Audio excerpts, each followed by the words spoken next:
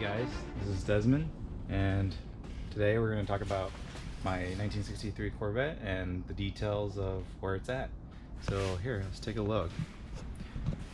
If you look at the body real quick, we have done a little bit of body work. Basically right here in this area, some acid was spilled on the body from the previous owner, and so I had to sand that down and resurface it or refill it with some body filler.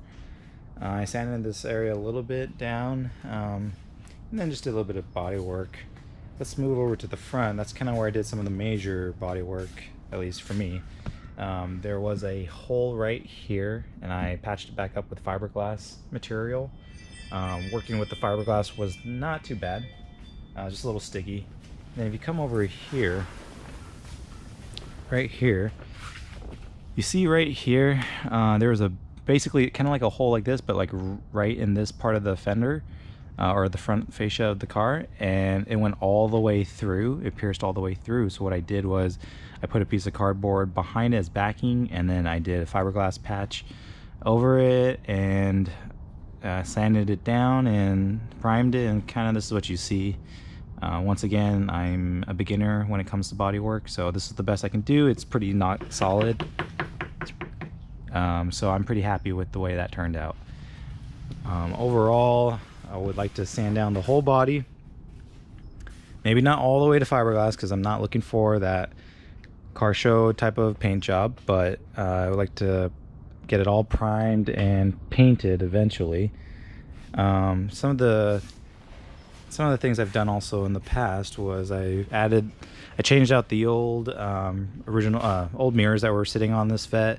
I replaced it with these nice chrome, I guess called bow tie side mirrors. I also, for symmetry purposes, maybe that's just me, I know the original didn't come with a passenger side mirror, but for me, I like the symmetry, and I like to be able to see a little bit of what's going on this side of the car, even though this window right here kind of blocks a little bit of the view from the driver's side, or from sitting down in the driver's seat, but I'm okay with that. What else? Let's see.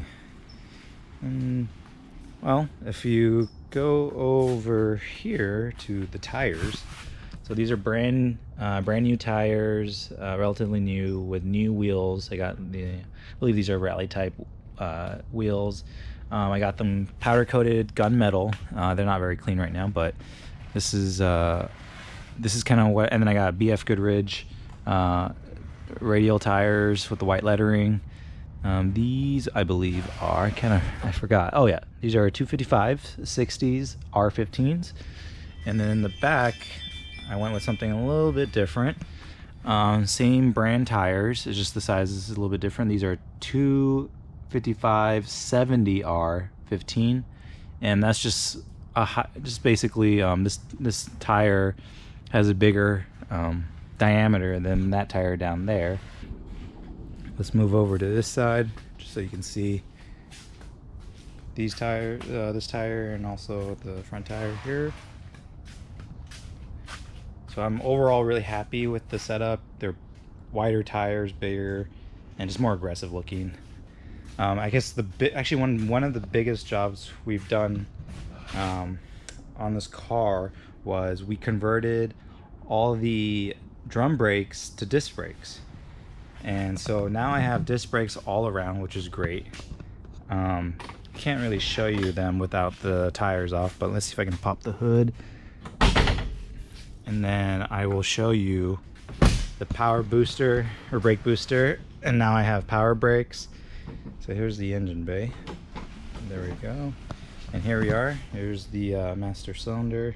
And then here's the brake booster that gives me the power brakes. So basically a brake assistance. And yep, this is the new system. So I got disc brakes all around. The downside was I don't have an emergency brake functioning, at least.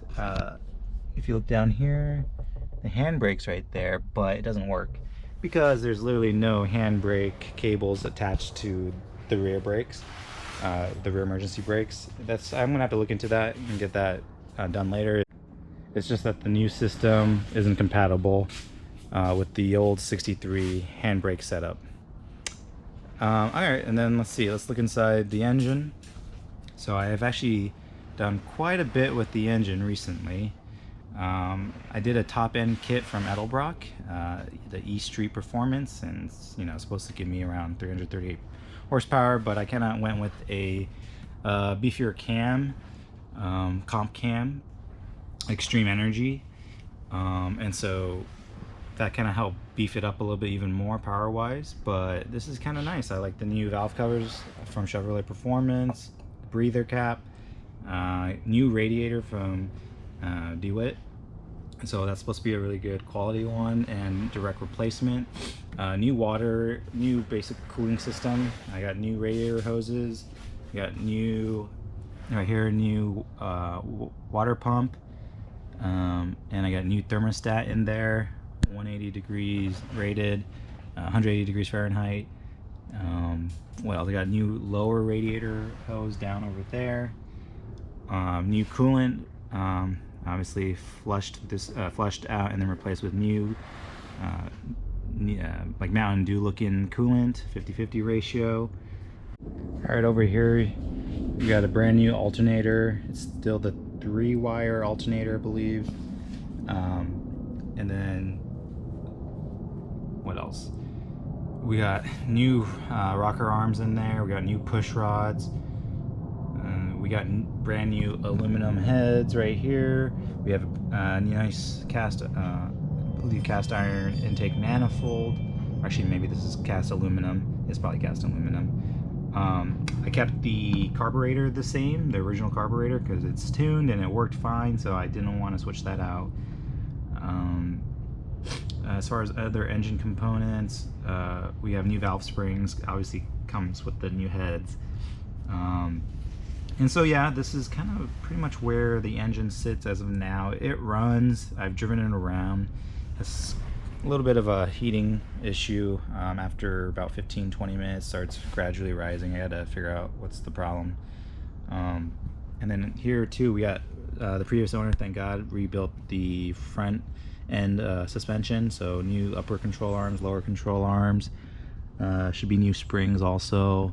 And with the new brake setup, we got new spindles, refurbished spindles, new hubs, new wheel bearings. So yeah, it's great stuff. It's great progress. I still have a lot to do, but all right guys, that's pretty much a quick overview of the 63 Corvette and where it stands. I could have gotten more detail of the engine build as it is, and also more details about the products or the type of equipment I used on the build.